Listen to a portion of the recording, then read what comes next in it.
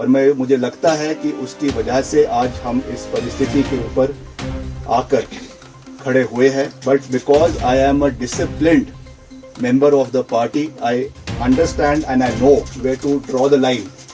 हमको मैं धन्यवाद करना चाहता हूं पार्टी हाईकमान ने, जिन्होंने हमको रिस्पॉन्सिबिलिटी दी. फिर जिस तरीके से ये घटनाक्रम हुए हैं वो दुर्भाग्यपूर्ण है, जिसकी वजह से ये सब चीजें देखने को मिली है हमको प्रदेश के अंदर. And I am deeply hurt by all these things that have transpired.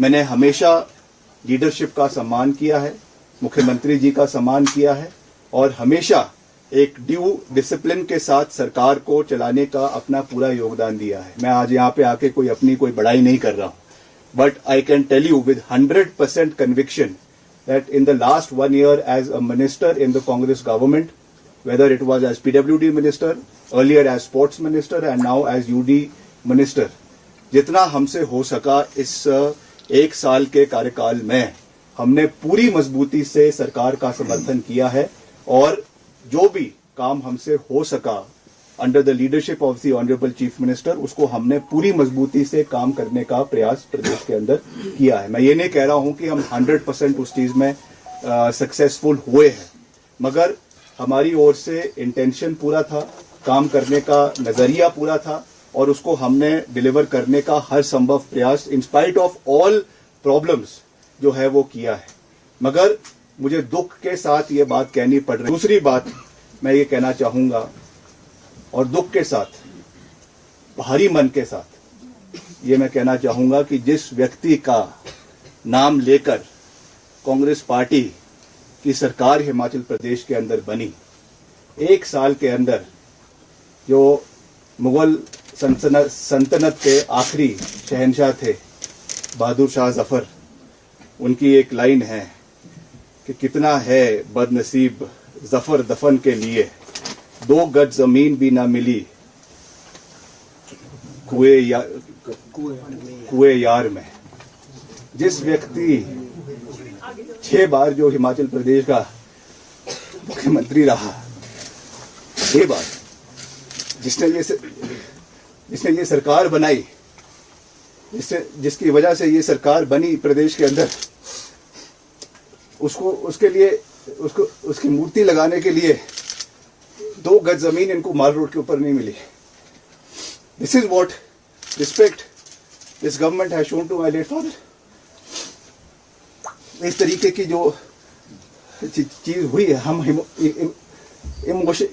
Emotional लोग हैं. इमोशनल पद से हमें कोई लेना देना नहीं है.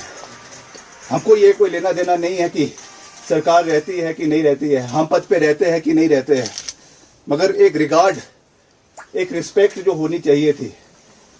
बारी बारी बोलने के बावजूद जो चीज ये नहीं कर सके, ये बहुत दुर्भाग्यपूर्ण है. और निश्चित तौर से राजनीतिक रूप से नहीं मगर भावनात्मक रूप से मैं बहुत आहत हूं कि इस तरीके की चीज, किस चीज क्यों हुई, किस कारण से हुई, मैं नहीं जानता हूं. और पार्टी हाईकमांड को इसके बारे में कहने के बावजूद भी ये चीजें नहीं हो पाई, ये दुर्भाग्यपूर्ण है. इसके बारे में हाईकमांड को देखना चाहिए, इन चीजों को देखना चाहिए. जैसा मैंने कहा, हिमाचल के लोग बहुत भावुक है, इमोशनल है. हर चीज राजनीतिक पैमाने से नहीं तोली जा सकती है. हर चीज को जो है राजनीतिक दृष्टिकोण से नहीं देखना चाहिए. कुछ चीजें भावनात्मक होती है, कुछ चीजें राजनीति से ऊपर उठकर होती है. और इसमें एज अ सन मुझे इस चीज का बिल्कुल भी, इस चीज पे जो है वो अच्छा नहीं लगा और मैं आज इस चीज को जाहिर कर रहा हूं.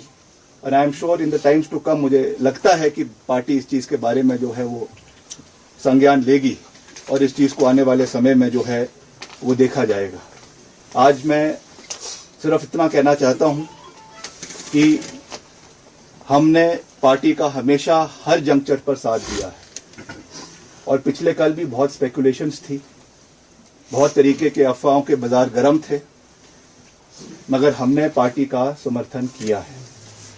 पार्टी के हाईकमांड का जो आदेश था उसको हमने पूरा किया है.